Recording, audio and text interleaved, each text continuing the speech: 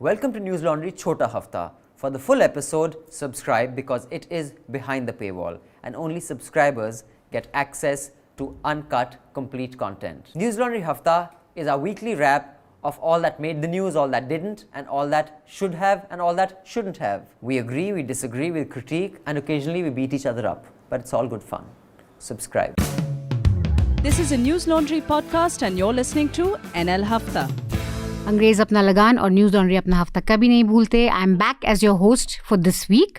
Abhinandan will be back over the weekend, so he'll resume his podcasting responsibilities soon. We've had a really very newsy week. A lot of things have hit the headlines, and some very disturbing news also that's coming from across the country on crimes against women. We'll discuss that later. We have two very interesting guests, very seasoned journalists with us. The second guest is going to join us in a bit. But we have with us Arathi R Jairath. Hi Arathi, thank you for joining us. Hi. Great to have you on board. Arathi has been on NL Hafta before. She's a senior journalist, writer and political commentator. She's been writing for the last 30 years and her areas of expertise include politics, foreign policy, current affairs. She writes for the Indian Express and has also written for Quint, Times of India, Economic Times, First Post and more. And you can also catch her on NDTV often, right? Yes. But you were just telling us before the show that you no longer go to Republic. You used to go. Yeah. I used to do actually the rounds of all the channels. I did News 18, I did Times Now, I did Republic. But I've now basically, go to NDTV because I find that to be the sanest channel. At least you get a chance to speak. I don't have to shout. And, there is I think an attempt to be objective, in discussions. Now, with Adani in, will you still go there? Well, I don't know. Let's see. That's a future thing. At the moment, I'm just talking about what has been so far. And I like that you said attempt to be objective, because no one can really be truly objective. Yes. Attempt. I think I frankly even, I think even through our years, when the media was much freer than it is today, I don't think the media has ever been truly free. There are always in organizations holy cows, and you have to skirt around those holy cows when you're writing. So to that extent, I think we're not completely objective and we're not completely free. In-house, we have with us Raman sir. Hi, Raman sir. And Mehraj. Hello. Mehraj, take it away. Please tell us the headlines of the week and then we can begin our discussion. Crime against women rose by 15.3% in 2021. The latest NCRB data shows the rate of crime against women, which means the number of incidents per 1 lakh population, rose from 56.5% in 2020 to more than 64% in 2021. That's a huge surge. And the top state when it came to rapes was Rajasthan, I think. Yes. Number of rapes recorded. Yeah. Achha, it toppled Delhi? Yeah. Delhi used to be at the top. As if we needed any evidence of how horrific most of these crimes are. The Jharkhand teenage girl who was set on fire last week by a man whose advances she rejected has died. The man, named Shahrukh, has been arrested. At least 2 similar cases have been reported from Uttar Pradesh and Madhya Pradesh as well. In Uttar Pradesh, an 18-year-old girl was stabbed to death by a youth who was accompanied by 2 of his friends. In Madhya Pradesh, a girl was critically injured after being stabbed by a man, again for allegedly turning down his marriage proposal.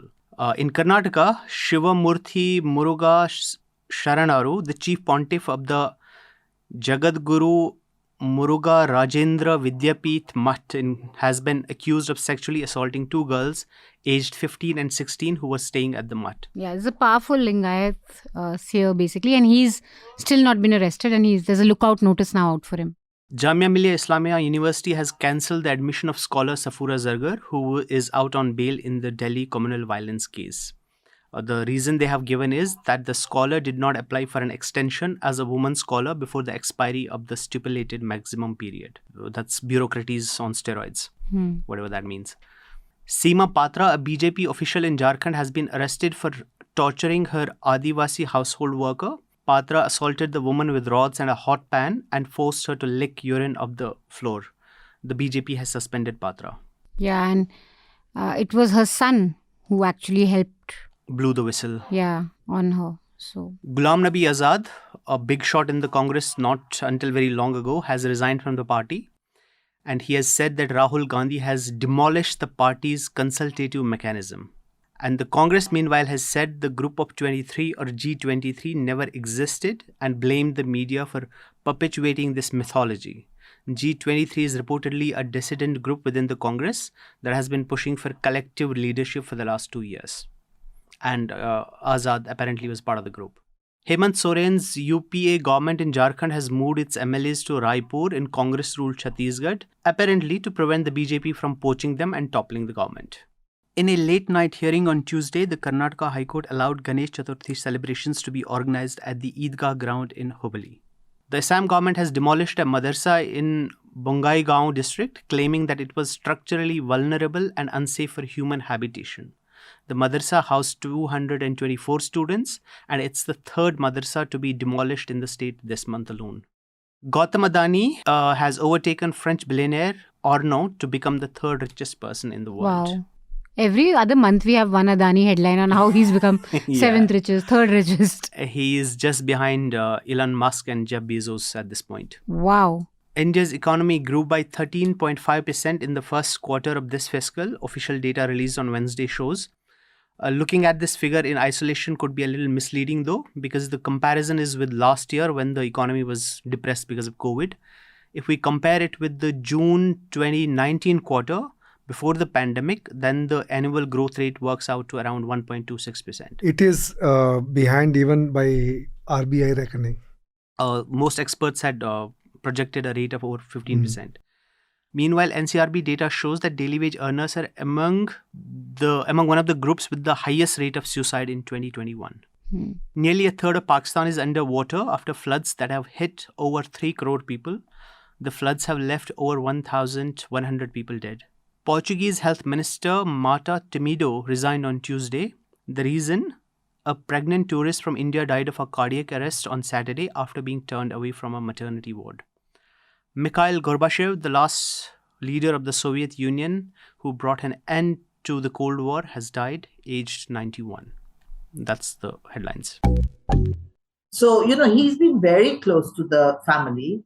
And in fact, it has been quite a surprise that he actually took this step of leaving the Congress, because, one thought that he was wedded to the Congress and he would never, ever be able to leave the Congress. So to that extent, it's a big jolt. It's also a jolt because of the manner in which he has attacked Rahul Gandhi.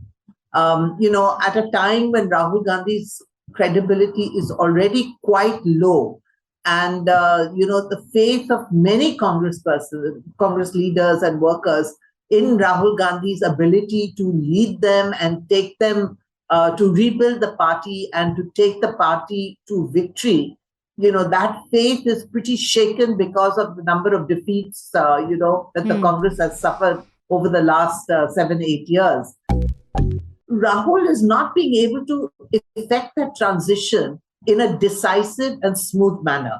It's happening in bits and pieces, and every time he just ends up looking weaker and more incapable of leading, rather than looking like a strong, decisive leader who has a purpose and a direction and a roadmap in mind. Yeah, because that's the problem. I think if he fashions himself as Indira Gandhi, he seems a bit delusional, because she really was, whatever she was a shrewd, astute, leader in that sense. And so I don't think he has anything on the back of which he can claim that legacy yet.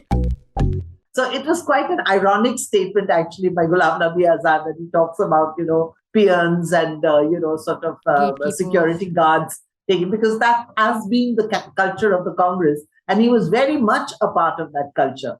So, many of the things that he said in his letter, are actually really quite ironic, because, he was, for all these years, he was part of that kind of, courtly culture. And he didn't seem to find it, irksome, or he didn't seem to find it unpleasant. It's only now when he's out of the courtry and no longer relevant to the, to the power that is Rahul Gandhi, that he's suddenly noticing that, there's a coterie, that, security men, and PAs are running the show, that they are the gatekeepers. You can't get to meet Rahul Gandhi unless you, get there okay. So, that's the way the Congress has functioned for the last 30, 40 years. No, it is given that Congress is down the dumps, but when loyalists, when they dump their old masters, so it looks like a big jolt. Okay. Yeah. But if you look at these loyalists, their own political career, the way I think they might have grown in stature for themselves, but they were never the mass leaders. I mean, if you look at her, if you look at, so is it? I don't see it is a political loss so much. I mean, but the fact that Rahul is doing so badly, that even if these people who have no political, they didn't have a great political career, and they were not mass leaders. But even if when they dump their old masters, it looks that the Congress has got a big jolt. That is his biggest problem. He needs to win an election. And, even when he did, there was a brief period when Rahul Gandhi actually showed some flashes of leadership. If you remember, when he nearly defeated the BJP in Gujarat in, what year was that? That was 5 years ago. So 2017. In 2017, he nearly defeated the BJP in Gujarat. In 2018, in Karnataka, they managed to stop the BJP from winning a majority. And then, of course, at the end of 2018, the Congress won 3 states, Rajasthan, Madhya Pradesh, and, Chhattisgarh. And then after that, what happened? At that point, actually, people thought Rahul was coming into his own, and he would be a leader and so on. But, he just went back into a shell and again started doing this on and off appearances, going abroad, coming to India. He did not consolidate and build on that. The grapevine is that obviously the BJP has been trying to build up a new so-called alternative through Apni Party, which is in basically a BJP proxy. And they started with Sajad Loan, then they tried this Altaf Bukhari, but that's clearly not working. So we'll see how this goes. But apparently the grapevine is that he is going to kind of lead the new alternative. And he has, to his credit, he has a little bit of goodwill when he was chief minister there, even though in his last year, he presided over one of the bloodiest summers in Kashmir with that Amarnath agitation and everything. But most of that blame was eventually, at least in public memory, assigned to the PDP. So he kind of escaped from that.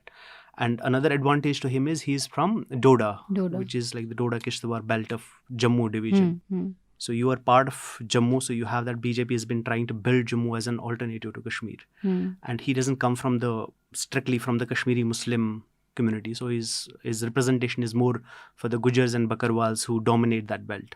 So he kind of ticks all the boxes for the BJP.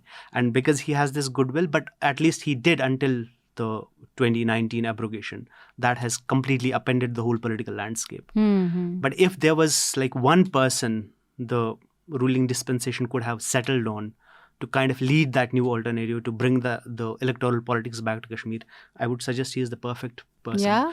And one big reason is because, especially in the valley, he's not seen as part of this hopelessly corrupt elite, which is represented by the PDP and Muftis. Really? Muftis and Abdullahs. That's partly because he's never been there, right? He was there only briefly. And from what I have heard and from what people have said and who know him and stuff, is he actually enjoyed that more than he enjoyed being in Delhi and stuff and all that. Recently, Madras High Court also said that a child victim's deposition is enough to even convict a person who's charged with under POCSO. Yes. Here, forget conviction, you're not even questioning the guy, which means that it is only because of your political compulsion that you're not questioning him. No, and POCSO is a serious, like you said, it's a serious charge. You can't. In all POCSO cases, the first thing is the arrest. Apparently, for many years, he's been organizing seers in that region, no matter what their caste is, even Dalit seers. Okay. He has been sort of giving them, this ashram has been giving land, has been sort of mobilizing the different seers, which is also another reason why a lot of seers, including a Dalit seer, now one of the girls, she's a Dalit herself, but a Dalit seer has come out in support of this man. So There is a lot Wow. of things. There are a lot of things really. It is basically this whole notion which this seer and the people around him are creating, that the allegation is against the community. It is to malign the entire community. It is not against the man. But I think they're too scared to be antagonistic because there is talk of a CD. There is talk that there is a CD with visuals. We don't know what, but Ordinary Seva Samaste, which is the NGO, has been saying that there is a CD with someone. Remember Nityananda, what happened? Someone had kept a CCTV camera or whatever. Those days, it was not a CCTV camera. Somebody kept a camera in his room. So now we don't know what has happened, but it seems there is a CD, which is why they are not fully on the offensive, is what some people are saying. So this is clearly political. So girls were taken to the court, and have they given any statement before the magistrate?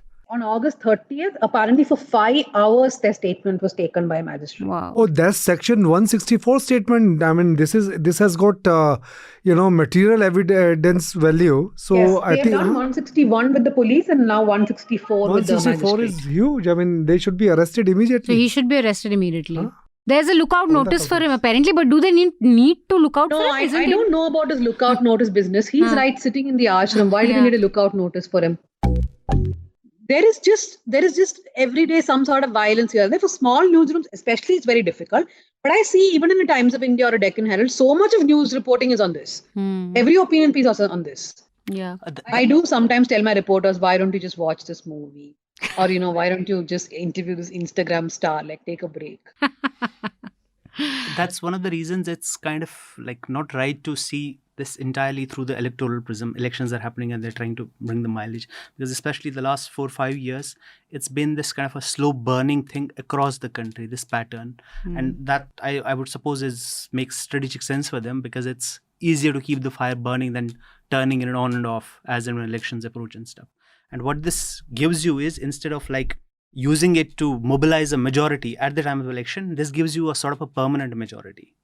So you don't have to do that. You have this always burning, this undercurrent, and then you just tap into it as and when elections come and other things come. And again, I've been saying this again and again, this for them, it isn't only about elections. This is a larger project which precedes the creation of the Indian Republic. Of course, yeah. All of you listening in, the Chhota Hafta, do subscribe so you can listen to the entire Hafta. We will see you again next week with the Hafta. Till then, subscribe, pay to keep news free, because when the public pays, the public is served. When advertisers pay, advertisers are served. Thank you. Goodbye. All the Newslaundry podcasts are available on Stitcher, iTunes, and any other podcast platform.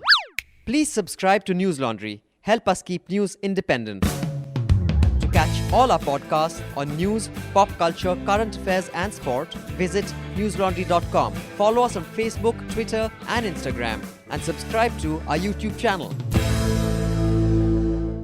Sun liya Afrika, mufat khoro. Not to brag or anything, but Newslaundry Hafta features in the top 50 in the world on SoundCloud in the news and politics category for podcasts. So do subscribe and see what you're missing, because when the public pays, the public is served. When advertisers pay, advertisers are served. Subscribe, help keep news independent and free. All Newslaundry podcasts are available on iTunes and Stitcher and any other podcast platform.